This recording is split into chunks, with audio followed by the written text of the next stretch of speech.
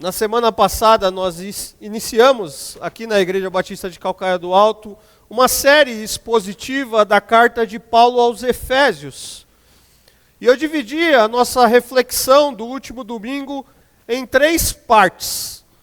Nós abordamos as questões introdutórias da carta, a autoria, como o Evangelho chegou a Éfeso, as características da cidade de Éfeso, além da mensagem e da estrutura da carta. Nós falamos sobre o propósito desta série e falamos que o propósito é compreender e aprofundar algumas verdades essenciais para a vida da igreja, e destacamos 5 dessas verdades apresentadas em Efésios que nós veremos ao longo dessa série.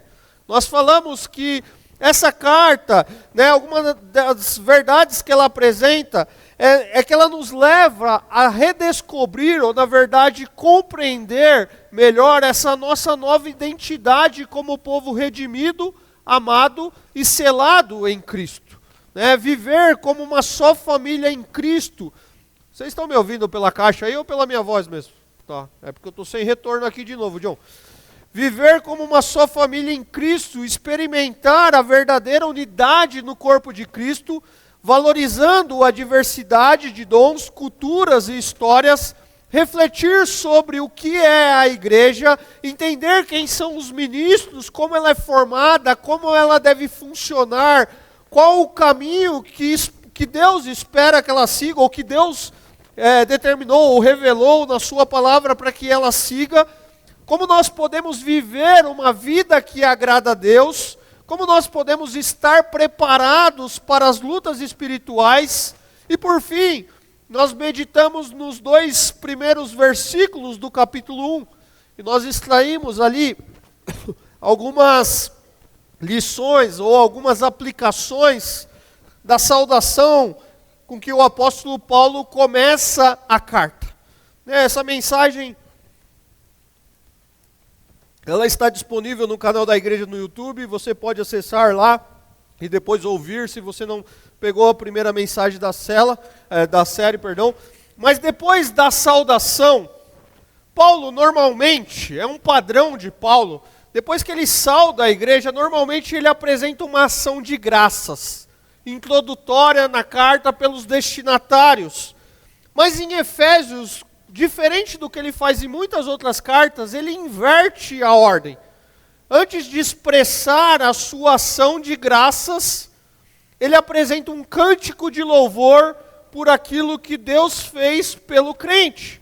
Portanto, hoje nós vamos dar sequência, seguiremos na série com os versículos que apresentam esse hino de louvor, esse hino de adoração a Deus que nós acabamos de cantar, mas que está de uma forma mais completa em Efésios 1, a partir do verso 3. Então convido você a abrir sua Bíblia comigo em Efésios, ou acompanhar a leitura se for projetado ali. Efésios 1, a partir do verso 3.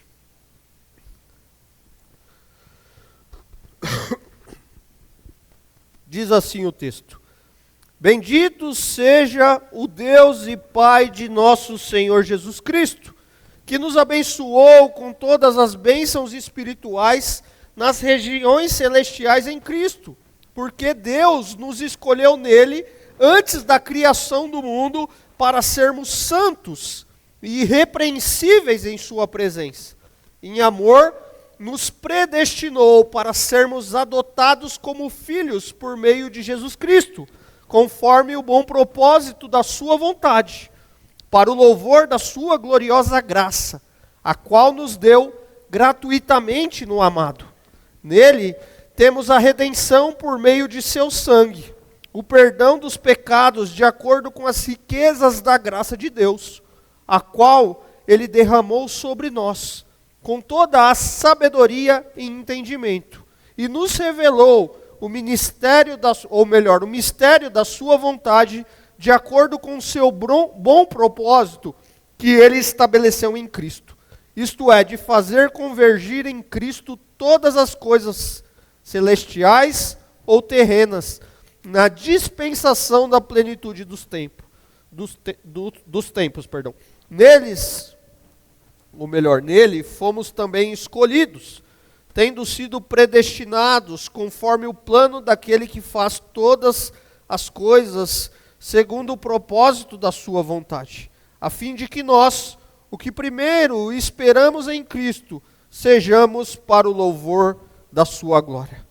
Quando vocês ouviram e creram na verdade, o evangelho que os salvou, vocês foram selados em Cristo com o Espírito Santo da promessa, que é a garantia da nossa herança, até a redenção daqueles que pertencem a Deus, para o louvor da sua glória.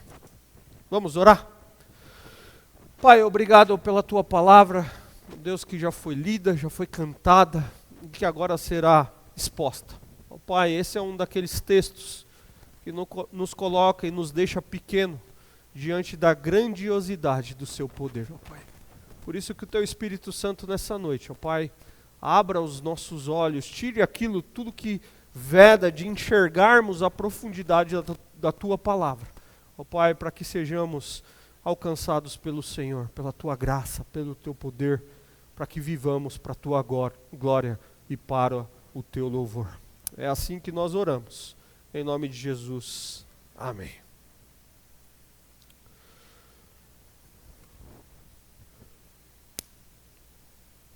O texto que nós acabamos de ler é um hino de adoração. É um hino cristológico que brota do coração do apóstolo Paulo, o qual, inspirado pelo Espírito Santo de Deus, ele volta-se ao Senhor com um coração cheio, transbordante de gratidão e se derrama em louvor. John Piper, teólogo, pastor e escritor, afirma que nesses versos Paulo nos leva para a mente de Deus antes da criação, onde na eternidade, segundo o seu beneplácito, ou seja, a sua decisão soberana, o seu propósito eterno, ele nos escolheu para o louvor da glória de sua graça em Cristo, como nós cantamos aqui. Em outras palavras, esses versos nos levam para antes da criação de tudo. Esses versos nos levam para a mente de Deus, para a eternidade, para o propósito de Deus.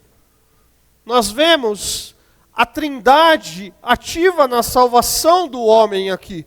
O Pai, Deus nos elegendo, planejando a obra da nossa salvação. Nós vemos o Filho, Jesus, redimindo, pagando o preço por ela. E nós vemos o Espírito Santo selando, aplicando em nossos corações a salvação. E sendo que cada uma dessas estrofes, como nós lemos aqui e cantamos, termina com a expressão para o louvor da sua glória. Veja e volta comigo no verso 3. Paulo, ele começa dizendo: bendito seja o Deus e Pai de nosso Senhor Jesus Cristo, que nos abençoou com todas as bênçãos espirituais nas regiões celestiais em Cristo. Paulo, ele já começa esses versos com uma expressão de louvor, com uma expressão de adoração, bendito seja. O uso desta palavra, nesse contexto, ele está relacionado com louvor, está relacionado com adoração, louvor e adoração que damos a Deus. No Novo Testamento, essa expressão bendito é utilizada somente com referência a Deus. Ele é digno de ser bendito. Bendizer, dizer bem, é o mesmo que elogiar.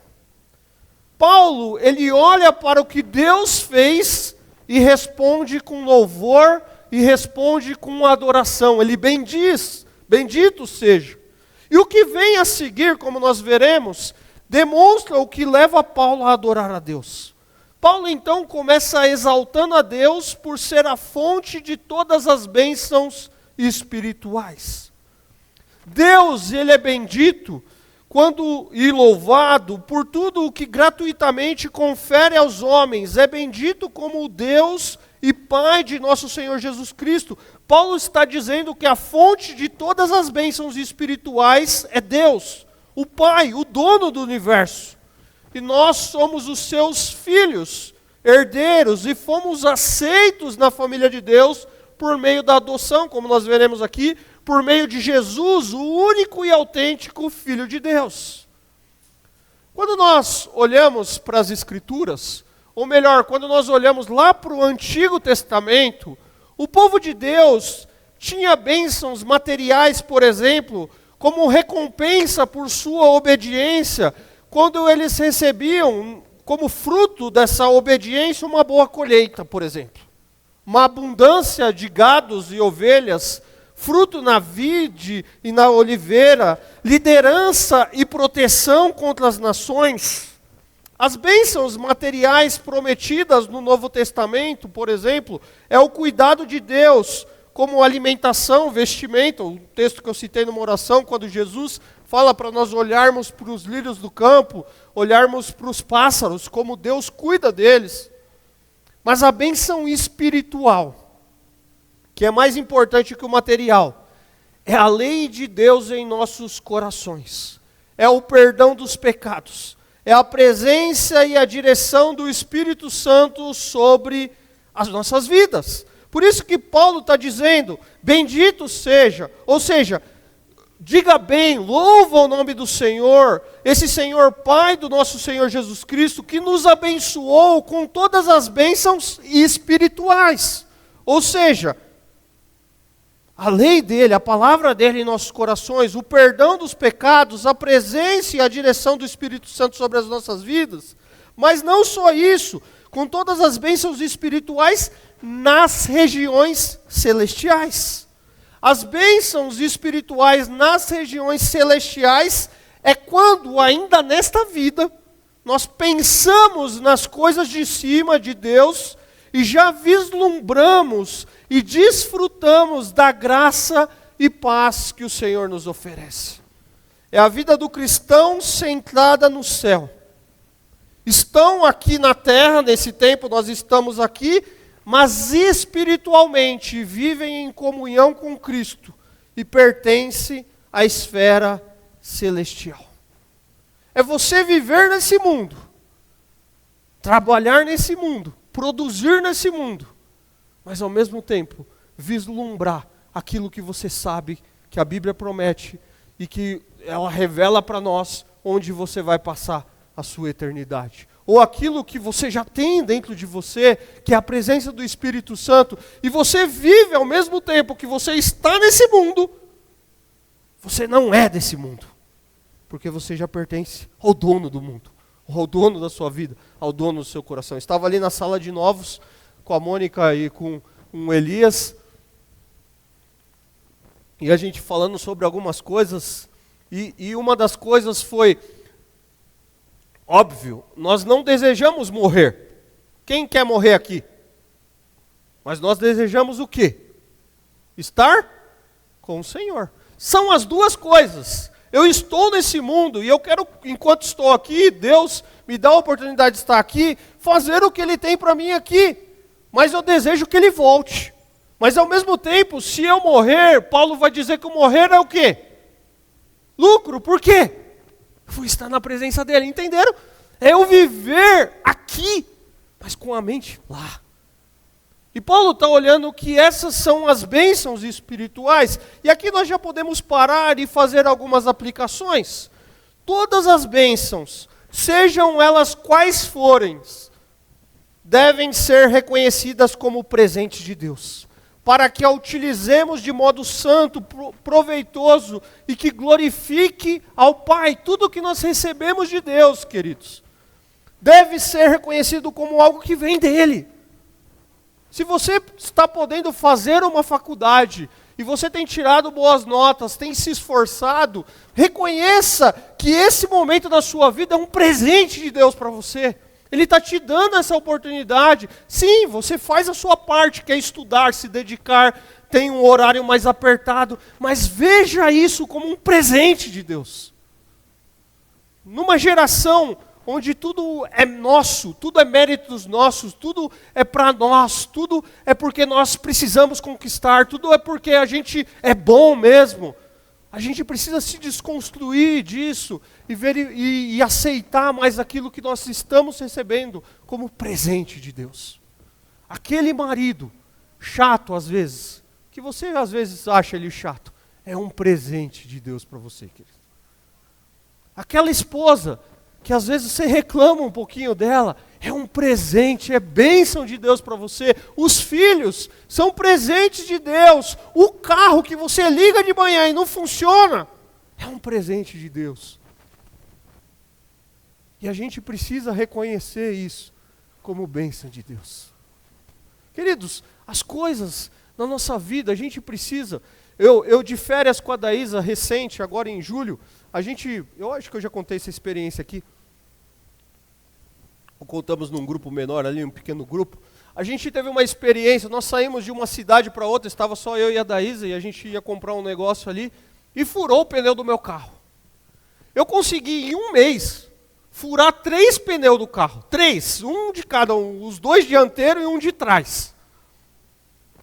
E aí furou o pneu, e esses carros de hoje, vocês já viram como que é o macaco e a chave de roda deles. É uma bênção, e eu não tinha comprado outro. Aí tá eu lá e a Daísa parado, eu falei, meu Deus, o que eu faço agora? YouTube. Vamos ver o videozinho no YouTube, como que eu uso essa chave aqui, que não é a chave normal, meu. Aí eu falei, beleza. Aí liguei o YouTube.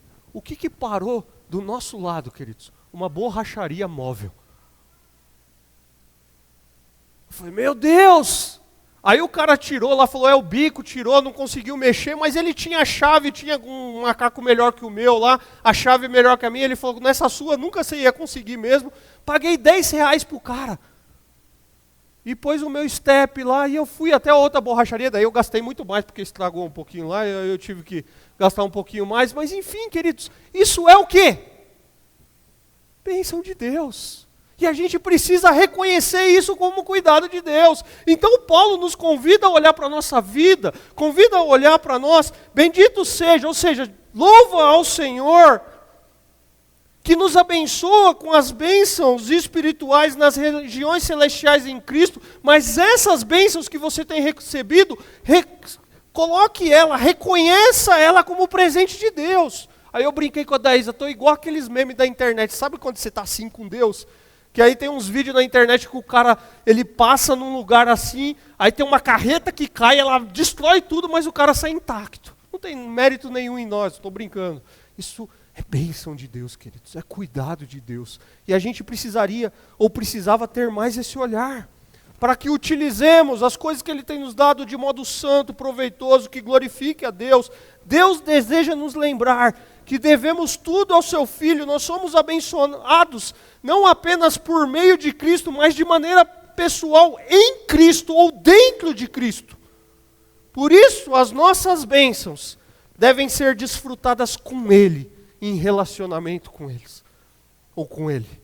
A palavra de Deus nos diz que Deus nos deu família. A palavra de Deus nos diz que Deus nos deu trabalho. A palavra de Deus nos diz que Deus nos deu relacionamento religioso com Ele. Mas a gente pode viver tudo isso longe dEle, mas pode viver tudo isso dentro dEle, ou com Ele, em nossa vida. Trabalhando de forma que o nome dEle seja glorificado. Vivendo as nossas famílias de forma que Ele seja exaltado. Vivendo o nosso relacionamento, a nossa vida religiosa, não com uma prática cotidiana, mas com Cristo como centro. E aí Paulo, ele coloca um desafio muito grande para nós, queridos. Paulo, inspirado por Deus, ele está olhando lá para trás. E olha o que ele diz. Porque Deus nos escolheu nele, antes da criação do mundo, para sermos santos e irrepreensíveis em sua presença. Em amor nos predestinou para sermos adotados como filhos por meio de Jesus Cristo, conforme o propósito da sua vontade. Para que tudo isso? Para o louvor da sua gloriosa graça, a qual nos deu gratuitamente no amado. Paulo, queridos, ele continua, isso aqui é uma sequência, não tem pausa, esse texto ele é corrido dentro do original. E Paulo está dizendo que Deus não somente nos abençoou em Cristo, como também nos elegeu, nos escolheu. Nele, em Cristo. Paulo deixa evidente que a eleição é um ato livre e soberano da graça de Deus. Paulo, e aqui eu preciso falar sobre algumas coisas.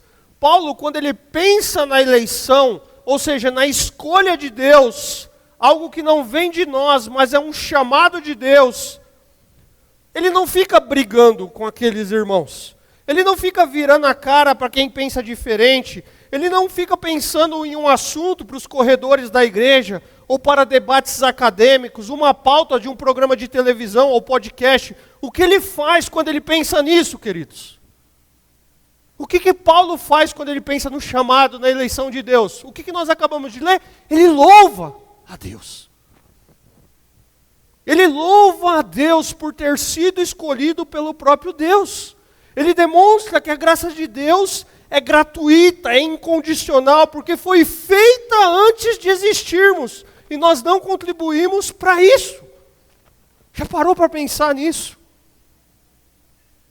Que Deus em Cristo te escolheu para você viver uma vida de adoração e relacionamento com Ele, antes mesmo de você existir. E se foi antes mesmo de você existir, você não fez nada. Foi Ele que fez tudo. Paulo afirma que mesmo antes da criação, mesmo antes de Gênesis 1:1, antes da fundação do mundo, Deus, Pai, a Trindade, Filho e Espírito Santo escolheu pessoas ímpias e culpadas, que não mereciam adoção, mas sim julgamento para serem salvas da condenação eterna do juízo de Deus, e essas pessoas foram salvas, e estão sendo capacitadas pelo Espírito Santo a viver de maneira santa na terra. Eu gosto e concordo com John Stott, quando ele diz, abre aspas, a doutrina da eleição é revelação divina e não uma especulação humana. Não foi inventada por Agostinho e nem por Calvino. Pelo contrário, é sem dúvida uma doutrina bíblica e nenhum cristão bíblico pode ignorá-la. Conforme o Antigo Testamento, Deus escolheu Israel dentre todas as nações do mundo para ser o seu povo especial. E Ele está formando uma comunidade internacional para que sejamos seus santos, fecha aspas. O fato, queridos, é que a nossa mente finita, ela não consegue compreender a profundidade disso. Mas Deus planejou a nossa salvação antes mesmo de criar o mundo. Antes que houvesse céu e terra, Ele já havia decidido nos escolher em Cristo para a salvação. Antes que a luz existisse, o céu e a terra existissem, já havia a cruz de Cristo. Porque éramos ímpios e culpados. Paulo continua ainda no verso 4, dizendo que a escolha é para sermos santos e irrepreensíveis em sua presença. O alvo da escolha de Deus, queridos, não é para a gente se sentir melhor que outros.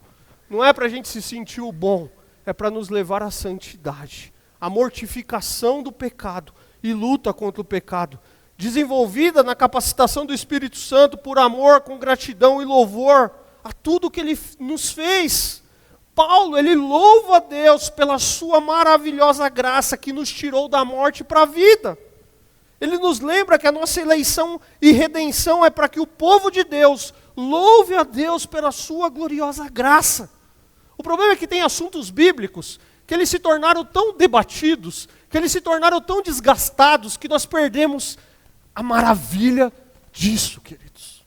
Você já parou para pensar que o Deus soberano, Criador dos céus e da terra, segundo nós lemos em Efésios aqui, eu não estou inventando nada, antes mesmo de você existir, Ele já havia te escolhido para estar com Ele. Isso faz a gente fazer o que diante disso, queridos? Louvar a Deus. E Paulo, ele continua a sua afirmação sobre o plano salvífico de Deus. Esse Deus que nos elegeu, escolheu, ele diz, em amor nos predestinou. E aí dificultou mais, né, irmão João? O irmão João gosta dessas coisas.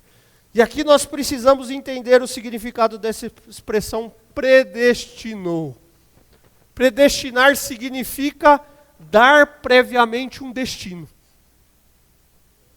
Ele planejou com base no seu amor divino. E o plano de Deus vem desde a eternidade. E Paulo faz o quê, queridos? Ele louva o Senhor que definiu o nosso destino antes da fundação do mundo. Ele continua dizendo que Jesus fez isso, ou que Deus fez isso, nos predestinou para sermos adotados como filhos por meio de Jesus Cristo, conforme o bom propósito da sua vontade. Ele faz isso para que vivemos, para vivermos como filhos de Deus.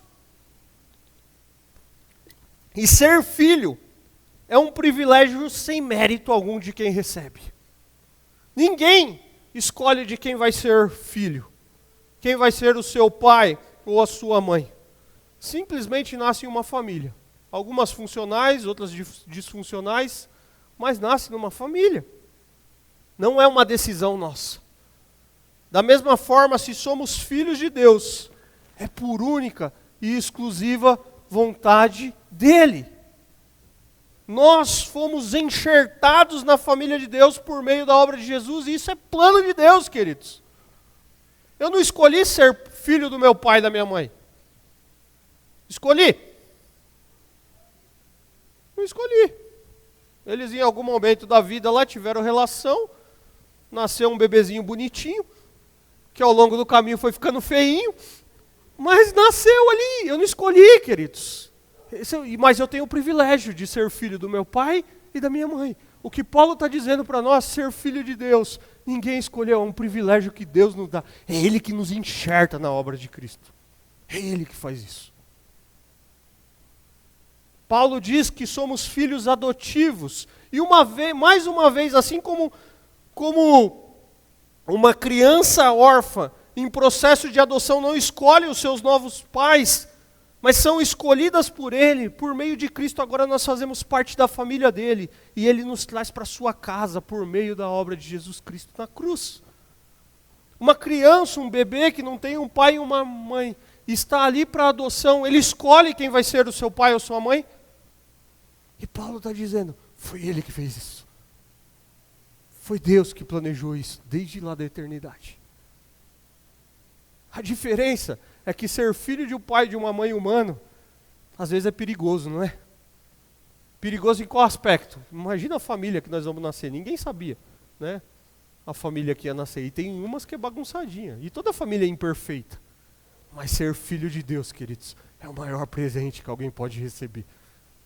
É a maior alegria que alguém ter, ser filho do Criador dos céus e da terra, do nosso Deus poderoso. Na lei romana, que faz parte do contexto aqui de Paulo, os filhos adotivos, eles desfrutavam dos mesmos direitos dos filhos legítimos. Um filho adotivo, ele recebe o nome da família, e ele torna-se herdeiro natural dessa família. A escolha de Deus e a nossa predestinação se tornaram uma realidade em nossas vidas por intermédio da graça de Deus. E graça, aqui a gente também precisa entender, significa favor imerecido, bênção pela qual nós não trabalhamos, bondade não resultante de méritos. Nós somos salvos, queridos, pela graça de Deus. Deus escolhe incondicionalmente quem Ele misericordiamente atrai para a fé. Eu acredito, e aqui eu estou defendendo sim uma visão que eu tenho das Escrituras, e isso divide a teologia, eu vou explicar aqui. Acredito que com a queda, o pecado, ele atingiu o ser humano tão profundamente que, embora o homem ele não seja tão mau como ele poderia ser, o pecado afetou a totalidade do homem. A mente, a emoção, a vontade. O homem é capaz, o ser humano é incapaz de confiar em Deus, a não ser que a graça de Deus opere em seu coração. Para que então ele creia e tenha a disposição de acreditar, de dar uma resposta positiva ao Evangelho. Queridos, eu e você, se não fosse a graça de Deus, muito possivelmente, a gente queria continuar com aqueles desejos da carne, que a gente luta, alguns até hoje, alguns deles. Ou não? Se não fosse a graça de Deus nos alcançando, nos quebrantando, nós viveríamos assim. Isso é um ponto que divide a interpretação bíblica, mas eu não creio que nós fomos predestinados pela presciência divina, que Deus na eternidade, na sua soberania, fez uma previsão, Ele enxergou antecipadamente que eu escolheria, e por isso então Ele falou, agora o Bruno vai ser meu filho. Não, Deus não fez isso, Paulo não está dizendo isso. Porque isso nos daria a ideia que a salvação depende de quem quer. E não de ser exercida por misericórdia. Queridos, a salvação é graça. Isso é a beleza da salvação. Às vezes você não quer, mas Deus está lá. Você precisa disso, queridos. Sem isso sua vida não faz sentido. E aí Ele mostra isso para você. A salvação não é obras, não é méritos. Acreditar que Deus, Ele nos salva só porque Ele viu antecipadamente, eu reforço, isso divide a teologia. Acreditar que Deus nos salvou só porque Ele nos viu antecipadamente, então agora eu serei um salvo, causa, do meu ponto de vista, implicações na soberania de Deus na salvação. Quando você foi alcançado pela graça de Deus, quando você creu em Jesus, entregou sua vida a Ele, foi uma decisão sua, fruto do seu livre-arbítrio, ou foi uma decisão de Deus? Que pergunta, né? Fala, não, pastor, fui eu que levantei, fui lá na frente, o pastor orou por mim.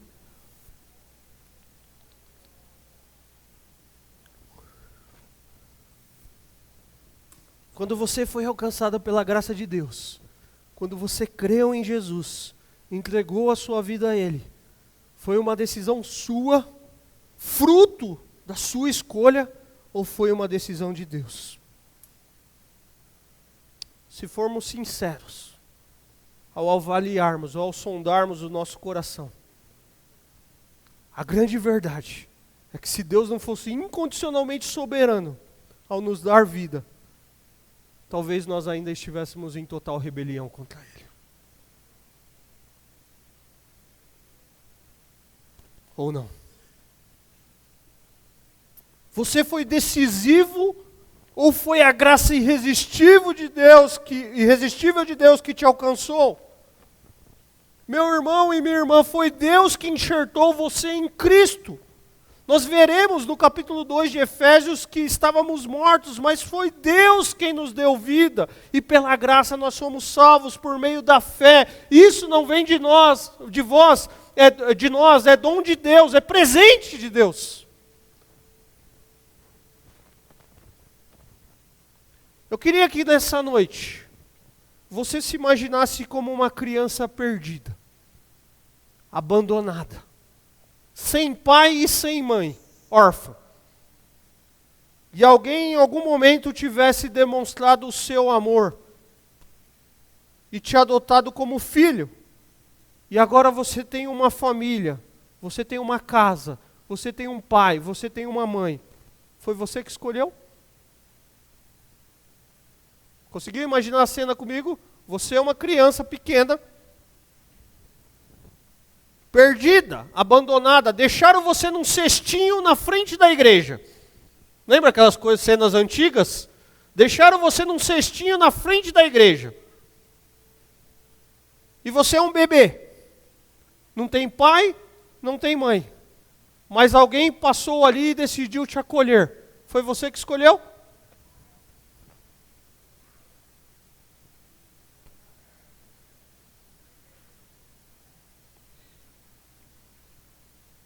Nós éramos como uma criança perdida e abandonada. Estávamos sem Deus, mas Ele nos chamou. E por meio de Jesus, Ele revelou o seu desejo para que sejamos dele, seus filhos. E o que Ele deseja hoje é que sejamos transformados em réplicas de Jesus, em imagens, em retratos vivos de Jesus. Deus nos escolheu para vivermos como filhos amados. Essa é a nossa identidade. E isso foi o plano de Deus desde a eternidade. Você não participou disso, querido. Você somente creu. E você creu porque Ele mesmo te ajudou a crer. Foi em amor que Ele nos escolheu. Foi em amor que Ele veio e morreu por nós. Que ressuscitou, que enviou o seu Espírito e que nos chamou da morte para a vida. Ele decidiu nos acolher, nos perdoar, nos transformar e nos tornar seus filhos. A certeza da nossa herança futura, a certeza da nossa salvação é o fato de termos sido predestinados para ela. Nós não temos méritos nenhum. Deus nos deu, é presente dele. Versos de 7 a 12, eu vou correr um pouquinho aqui, por questão do tempo, porque eu quero dar ênfase nos dois últimos. Paulo vai dizer que nele temos a redenção por meio do seu sangue. Nele quem? Em Jesus. A palavra redenção significa livramento mediante o pagamento de um preço. Era aplicada ali naquele contexto, especialmente no resgate de escravos. Naquela época existia o comércio de escravo, a prática terrível e abominável que incluía colocar preço nas pessoas, e quando vendidos ou comprados por outros senhores, era pago um preço, um alto preço. Dessa forma eles eram resgatados. Então a redenção, ela tem como alvo aquele que estava escravizado. Nós redimidos, fomos libertos da escravidão do pecado, da condenação eterna que o pecado nos conduzia, e nós fomos comprados. Comprados por meio de quem? Pelas nossas boas obras, porque você veio todo domingo da igreja, porque você deu o melhor dízimo. Não! Comprados pelo sangue de Cristo. E chamados por quê? Para uma nova posição. Aquela de culpado para novo culpado, para sem culpa. Em Cristo nós temos a redenção, e em Cristo nós temos a remissão dos pecados. Aqui Paulo está evidenciando nesses versos que por ele e pelos Efésios, por mim e por você, um alto preço foi pago. E esse preço foi o derramamento do sangue de Cristo na cruz, para o perdão dos pecados. E aí Paulo vai dizer que era da vontade de Deus, desde a eternidade, fazer convergir, reordenar em Cristo todas as coisas, fazendo uma nova criação. Era da vontade divina nos trazer a salvação em Jesus. Em Jesus nós somos feitos herança e devemos viver pela vontade de Deus e para o louvor da glória de Deus, que é o que amarra todo esse texto, que Paulo vai dizer 3 vezes aqui. O fim da nossa existência, queridos, é glorificar a Deus. Mas a grande verdade é que nem sempre assim que vivemos, para louvor da sua glória. Desde a queda, nós falamos isso na série de Gênesis, a história da humanidade é a história de rebelião contra Deus. Mas repito, Deus, pela sua grande misericórdia em Cristo, Ele nos dá a oportunidade de viver, de fato ser o que fomos criados para ser. Ele nos criou para a glória dEle e para glorificarmos, ou o glorificarmos em tudo o que fazemos. Trabalhando, cultuando, brincando, comprando, namorando. Tudo que a gente faz, queridos, deveria ser para a glória de Deus. Mas vai comigo para o verso 13 e 14.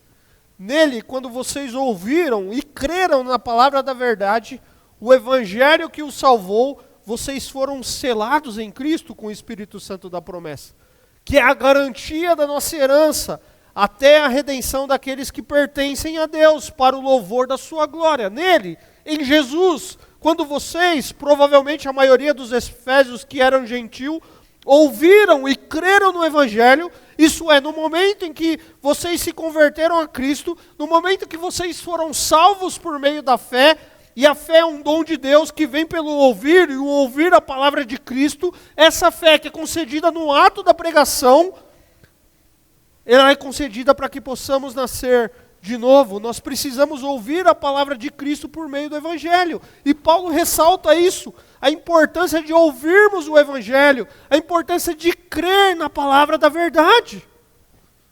Quando ouvimos o Evangelho, é preciso crer na palavra da verdade. O Evangelho que o salvou. Ao ouvir, é necessário crer reconhecendo a si mesmo como um pecador que precisa da graça de Deus. Não são, repito, os méritos próprios, as boas obras, mas é obra de Deus, é pela graça que somos salvos. Os efésios ouviram e creram, e foi essa fé que os salvou. E quando eles creram, eles foram selados com o Espírito Santo. É aqui, no momento em que cremos, que nós somos batizados no Espírito Santo. E nesse mesmo instante, Deus nos sela com o Espírito Santo, algo que vem de cima e marca alguém ou algo, no nosso caso, a pessoa. É assim, queridos, que um pecador torna-se santo. É assim que um pecador, ele é separado e chamado por Deus. Ele ouve o Evangelho, a obra de Cristo, a sua morte e ressurreição. Ele crê com fé que é presente de Deus e traz a salvação, e ele é selado com o Espírito Santo quando confia em Cristo. Por que que hoje, Dia dos Pais, nós vamos falar, e eu vou dar Feliz Dia dos Pais para você daqui a pouco, nós não paramos tudo e fizemos uma grande homenagem para os pais? Porque esse não é o propósito da igreja, queridos. A gente separa um tempo do culto para isso. Mas isso, alguns falam, mas na escola não faz mais e a igreja não faz. Faz, a igreja prega sobre o que é ser pai, o que é mãe, sobre o que é família, prega um monte de coisa, mas culto é para louvor da glória de Deus, é para pregação do Evangelho, para que Deus seja exaltado. E aí no finalzinho, a gente separa um tempo para homenagear líderes, para homenagear pais, mães e tantas outras coisas. Mas o culto é para que a gente escute a palavra, para que o Evangelho seja pregado e para que o Espírito Santo de Deus, ele abra o seu coração para que você creia nesse Evangelho. É assim que um pecador torna-se santo. Repito, ele ouve o Evangelho, ele crê com fé que é presente de Deus, e Deus o traz a salvação, e ele é selado com o Espírito Santo quando confia em Cristo. Quando dentro do nosso contexto, um documento ele carrega um selo ou uma marca de cartório, para que serve aquele selo, aquela marca?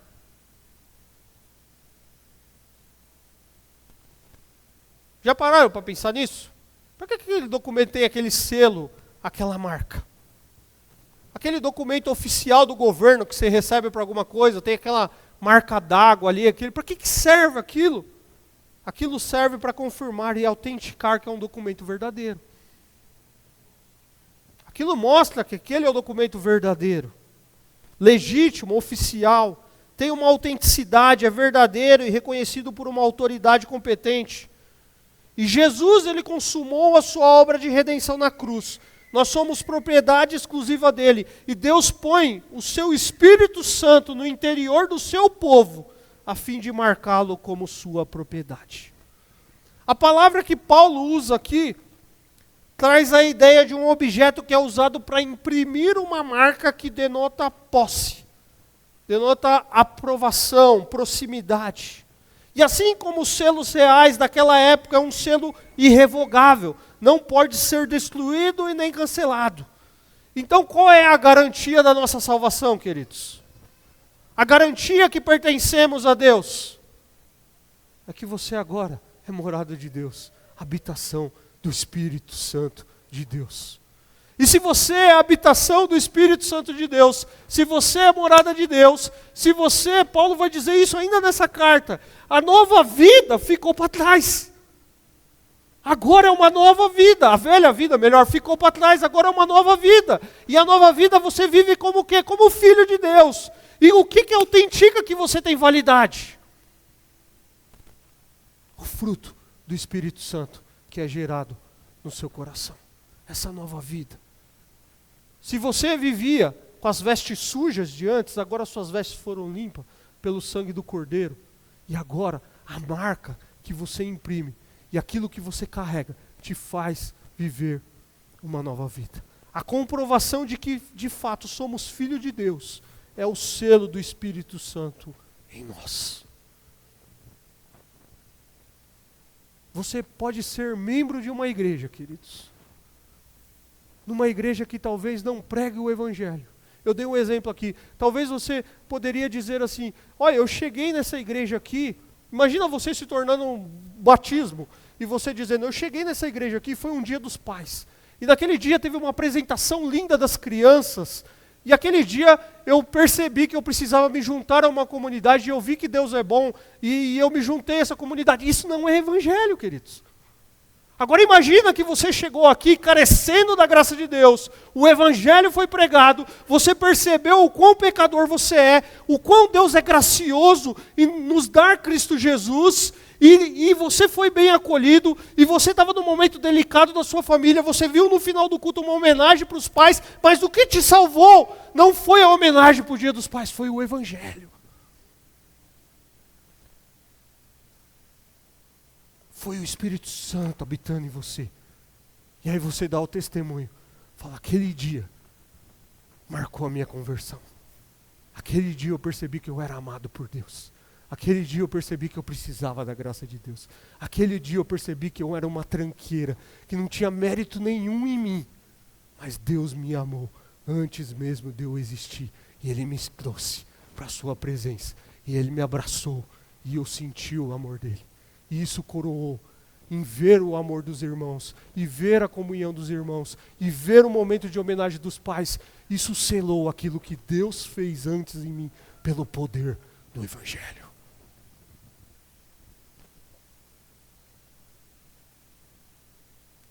A garantia para entrarmos no céu é o Espírito Santo, queridos. A garantia para vivermos aqui um relacionamento com Cristo Jesus, na vida que vivemos aqui, é o Espírito Santo, é o Evangelho alcançando o nosso coração, e você sendo morada de Deus. Quem garante que somos filhos de Deus, é o selo que Ele mesmo imprimiu em nós, por meio da obra do seu Santo Espírito. A sua habitação em nós, é a garantia que somos de Deus, povo de propriedade exclusiva dele. Quem é selado pelo Espírito Santo, tem a certeza de que um dia estará nos braços do Pai. Mas enquanto estiver aqui nesse mundo, vive sob a direção do Espírito Santo, para o louvor da glória de Deus. Queridos, a eleição, queridos, a predestinação, essa discussão teológica que tem o seu espaço, repito, ela não é para vaidade, ela é para quebrantamento. E dizer, obrigado, Senhor, obrigado, porque o que me prova que eu fui eleito, o que me prova que eu fui predestinado, não é o quanto que eu sei de teologia, não é o tempo que eu tenho de igreja, não é o quanto que eu debato sobre isso, mas é eu ter o teu selo, ser morada do Senhor, habitação do Senhor. Isso quebranta. E Paulo olha para a eternidade, inspirado por Deus, e ele fala, não é para vaidade, é para o louvor da sua glória. Eu não tenho parte nenhuma, é Deus. Queridos, isso é lindo. Isso deveria nos fazer sair daqui nessa noite e dizer, obrigado, Senhor.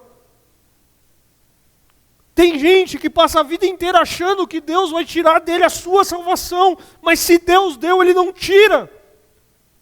Ah, mas eu ainda tenho falhas, você está vivendo um processo de santificação, mas se você tem o Espírito Santo de Deus habitando em você, você é propriedade exclusiva de Deus, habitação de Deus, precisa ser moldado por Deus, precisa ser quebrantado por Deus, mas estará na presença de Deus.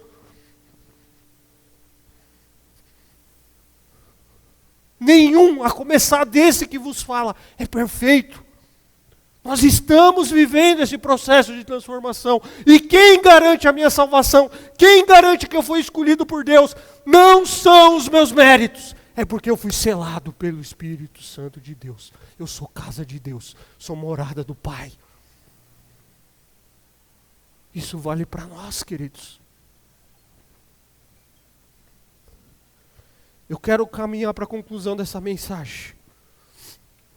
A obra do Pai, do Filho e do Espírito Santo tem uma fonte que é a graça de Deus e tem um propósito, a glória de Deus. Deus deve ser louvado, pela glória da sua infinita graça. Nós estamos aqui vivos com o objetivo de viver por louvor da sua glória. E essa é a nossa identidade, esse é um dos propósitos de estudarmos Efésios. Quem nós somos em Cristo, um povo redimido, amado e selado em Cristo. Se você já é um crente em Cristo Jesus, eu quero convidar você a se render diante dele em adoração pela salvação que ele nos deu, antes mesmo de existirmos. É graça, graça, graça, graça, presente e merecido, favor de Deus, para quem que não merecia. E se você ainda não se rendeu ao Evangelho, eu quero te convidar a abrir mão de méritos próprios e crer no Evangelho, e crer pela graça de Cristo. É somente por meio dela que você pode ser salvo. Ao ouvir não é necessário achar bonito, ao ouvir é necessário crer, reconhecendo a si mesmo como um pecador que precisa da graça de Deus. O pecado nos leva à morte, mas o Evangelho de Jesus diz que ele experimentou a morte para que nós pudéssemos viver. Ele morreu pelos nossos pecados para que nós vivêssemos para ele. Ele pagou a pena para que nós não precisássemos pagar. O pecado corrompe a boa criação de Deus, a salvação de Deus restaura. Quando eu creio, confio na suficiência do Evangelho, na obra, na morte e ressurreição de Cristo, eu sou salvo. O que eu preciso fazer nessa noite? Eu preciso crer. Eu quero concluir, agora eu concluo, com uma história. Uma história que próprio Jesus contou. Jesus contou uma história nos evangelhos, 3 evangelhos sinóticos contam essa história, Mateus, Marcos, Lucas e João, visto do mesmo ângulo. Jesus conta a história de um jovem rico. Jesus conta a história de um jovem rico que correu em direção a ele, ajoelhou-se diante dele e disse: bom mestre, o que eu devo fazer para herdar a vida eterna? Jesus perguntou se ele conhecia os mandamentos. E ele disse que ele cumpria tudo aquilo desde muito novo. E Jesus, o texto nos diz que Jesus, olhando nos seus olhos e cheio de amor, disse: falta algo. Vá, venda tudo o que você tem e dê aos pobres. Então terá um tesouro no céu. Depois venha e siga-me. Ele não esperava ouvir aquilo. Ele era apegado aos seus bens e afastou-se triste porque ele tinha muitas riquezas. E Jesus então, e aqui é o ponto que eu quero amarrar com o que nós falamos, Jesus ele olhou para os seus discípulos e disse: como é difícil para os ricos entrar no reino dos céus. Jesus não está condenando a riqueza, Jesus está condenando o amor, a posse. E Jesus disse: é mais fácil um camelo passar pelo fundo de uma agulha. E ao ouvir aquilo, os discípulos ficaram admirados. Eles ficaram chocados, perplexos, e perguntavam uns aos outros: nesse caso, quem pode ser salvo? Nesse caso, quem pode ser salvo? E Jesus olhou para eles e respondeu: para o homem é impossível, mas para Deus não. Todas as coisas são possíveis para Deus. Em outras palavras, a única maneira é deixar Deus agir. Só Ele tem o poder de fazer. Queridos, o dinheiro ele pode comprar muita coisa, menos a vida eterna. A vida eterna é dom, é presente, é dádiva divina. Você pode comprar o lugar mais lindo que existia, a lápide, que você vai ficar depois que você morrer. Mas a vida eterna, pode jogar em qualquer lugar, tá, irmãos? Mas não pode, nosso país tem uma regra para isso, estou brincando. Mas a vida eterna é Deus que dá. Para entrar no reino de Deus, não é por realização pessoal, não é por mérito. Ninguém pode ser salvo, a não ser mediante a graça de Deus. Jesus está ensinando isso para eles. É pela graça, é pela graça. E como eu disse a semana passada, a graça é o amor imerecido de Deus por seres humanos que nada fazem além de o ofenderem com suas palavras e ações. É o amor de Deus que nos constrange no momento em que o Senhor nos toca por meio do seu Espírito. E quem experimenta a graça de Deus sabe o que é ser amado. sabe o que é ser perdoado. É a habitação de Deus, tem o selo de Deus. O que eu preciso fazer para herdar a vida eterna? É crer que Jesus é o Filho de Deus, que Ele morreu pelo perdão dos pecados e que Ele deseja habitar em você. E Ele quer fazer de você uma nova criatura. É graça. É graça.